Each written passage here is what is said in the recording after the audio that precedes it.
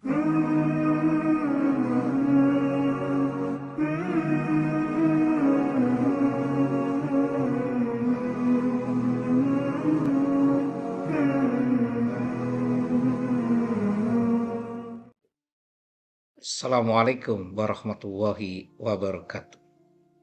Alhamdulillahirrabbilalamin. Masya Allah, la quwata illa billah. Salawat dan salam senantiasa kita panjatkan kepada junjungan Nabi besar Muhammad SAW. Apa kabar hari ini?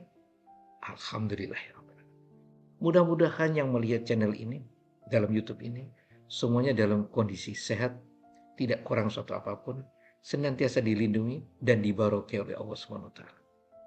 Tema kita hari ini adalah mengapa kita miskin.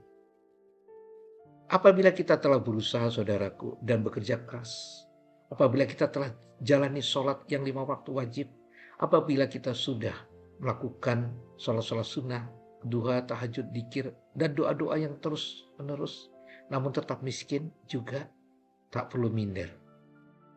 Ukurannya bukan itu. Apalagi protes kepada Allah SWT. Ada sebuah kisah yang menarik.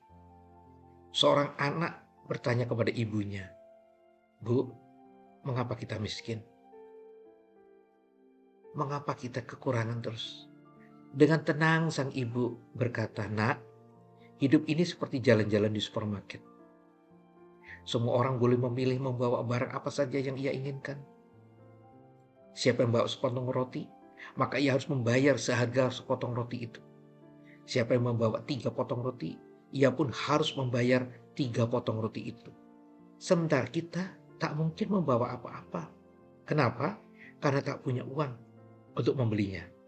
Di pintu kasir pun kita akan diperiksa, dibiarkan jalan begitu saja karena tidak bawa apa-apa.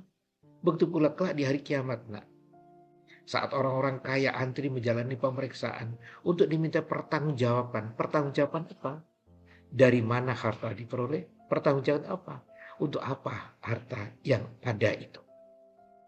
Saat orang-orang kaya ditanya tentang dari mana hartanya, mereka peroleh. Saat orang kaya ditanya kemana saja harta yang mereka gunakan, kita dibiarkan terus berjalan tanpa beban. Lebih enak bukan? Apakah engkau masih juga belum bisa menerima, anakku? Jika memang ditakdirkan menjadi orang miskin, kenapa kita protes? Justru enak tidak bisa ditanya dua hal yang tadi. Bersabarlah sejenak, karena setelah kematian kemiskinan akan sirna.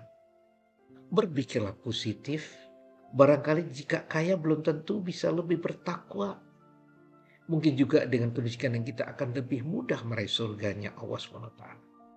Jangan pernah minder, anakku, karena kaya dan miskin bukanlah ukuran mulia dan hinanya manusia. Tetaplah berprasangka baik pada Allah SWT. Singkirkan rasa iri, cemburu, dan buanglah tanda tanya tentang kehendak Allah SWT, pembagi nikmat. Mungkin jatah yang buat kita masih tersimpan di surganya Allah SWT. Menunggu kita siap menerimanya. Ingatlah apa yang disabdakan Nabi Muhammad SAW. Sesungguhnya kekayaan itu bukan terletak pada banyaknya harta benda, tapi pada hati dan ketenangan jiwa. Dilanjutkan sabda Nabi Muhammad SAW yang lain. Kedua kaki seorang hamba pada hari kiamat tidak akan beranjak hingga dia ditanya tentang umurnya untuk apa dihabiskan, tentang ilmunya apa yang telah diamalkan, tentang hartanya dari mana ia peroleh dan kemana ia habiskan, tentang tubuhnya untuk apa ia gunakan. Riwayat hadis riwayat Tirmizi. Semoga dengan uraian tentang ada dan tiada, kaya dan miskin, dan kita menyadari intinya adalah semua adalah hanya hak pakai, bukan hak milik. Semua miliknya Allah.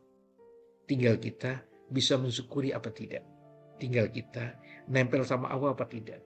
Jika kita menuruti keinginan, pasti keinginan ini akan menggebu, dan tapi harus kita kontrol dengan keimanan kita.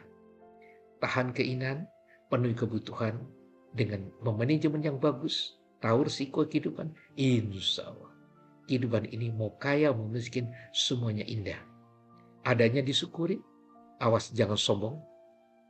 tidak adanya, miskinnya, bangkrutnya, sakitnya, atau apa, tetap disyukurin, ditambah sabar, ikhlas, move on lagi. Insya Allah, semua akan menjadi lebih baik. Surga menunggu kita, kekal di dalamnya. Dunia cuma sebentar. Mohon maaf. Wassalamualaikum warahmatullahi wabarakatuh.